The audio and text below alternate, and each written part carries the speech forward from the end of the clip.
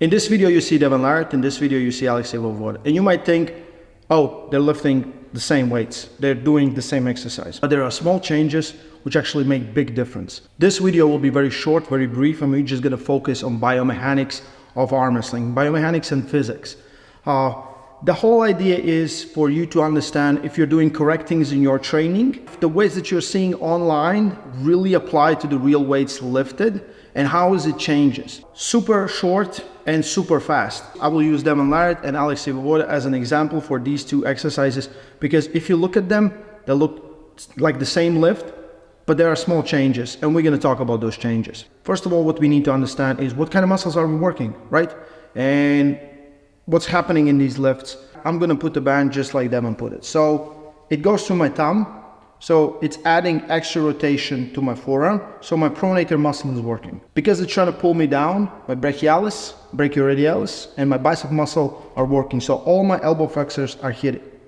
So our arms or our joints or our muscles are naturally the strongest when they are at about 90-degree position. So this is usually the strongest position of the muscle. It's also where the most tension is.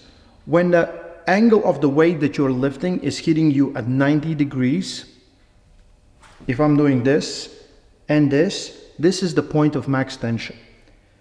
If I'm gonna go higher, it gets easier because as you see, the strap will turn that way and the angle changes.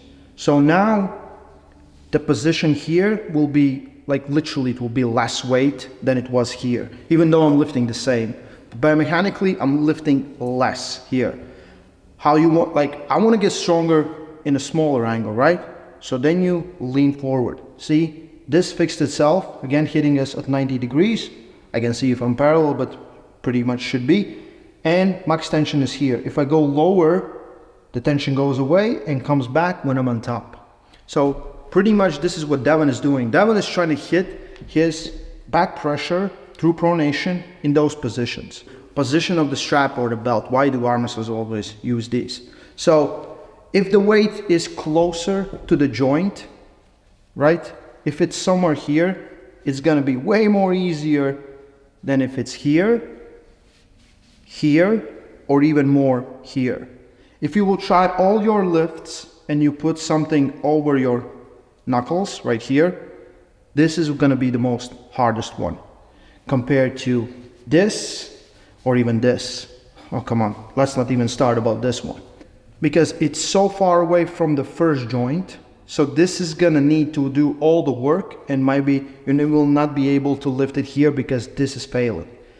If it gets closer to the wrist joint, and it kind of leans into it, it's easier here, so you can lift more through your wrist and add more on your back pressure.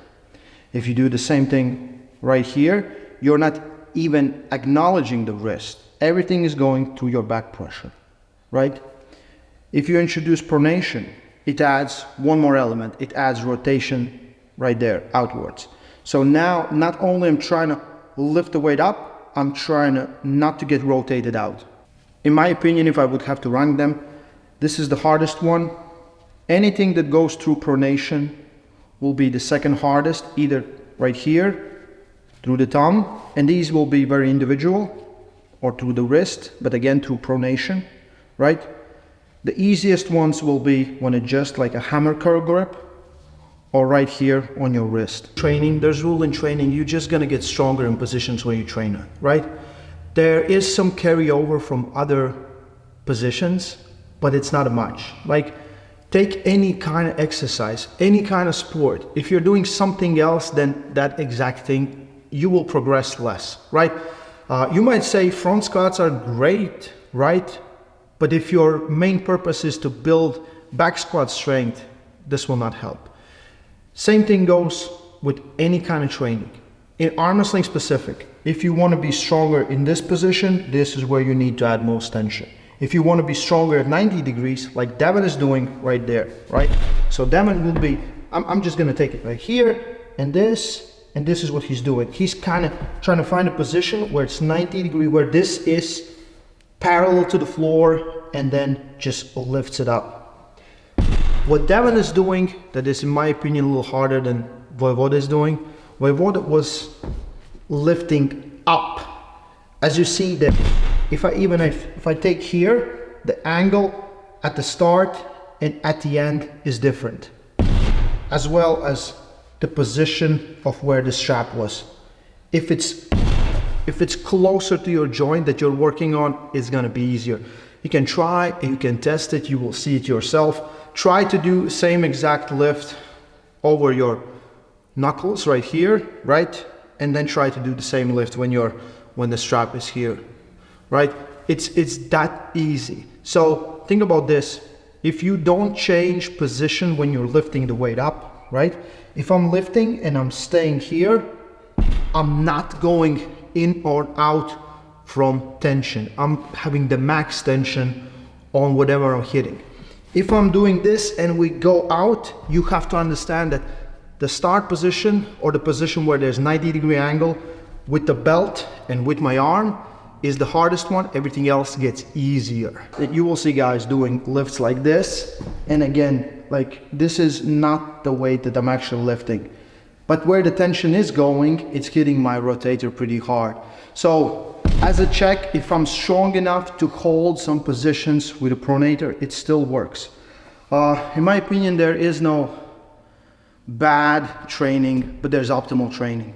I see a lot of times online guys doing like pronation lifts and things like that, and I can get in specifics about those too. And they're very close to what the elites of our sport are doing, but these are novice arm wrestlers. Like not even close. Like so far away, it's ridiculous. But they're lifting the weights in their mind that adds them to the, let's say, elite group. Because most of the time they're lifting them incorrectly. I have to be honest. So check your training, make sure you're doing the best you can to become the best version of yourself. Make sure you actually work. If you continuously just keep, steal yourself some of the gains by always getting shorter positions and things like that, it's always good. It's always good to go really hard and try from time to time, but the training should be training. When the bodybuilder scene exploded and everyone was doing videos with them, right? And all of them, in all the videos, they're doing insane weights. But if you go and train with them, they're not doing those weights. This is only for a show. This is only to show, like, I can do this. But in my opinion, more optimal way is to train with lower weights that you can actually handle, that you can survive those positions you want to get stronger in, and then they transfer to the table. So I hope this helped a little bit. I hope you gained something. If you want to know more, and I can get really into depth with this, and we can do some video series with Giannis about biomechanics. You always like to say physics and biomechanics, and it is true. Arm wrestling especially is physics and biomechanics. Yeah, let us know in the comment section. Hope you enjoyed this. Stay strong. Love arm wrestling.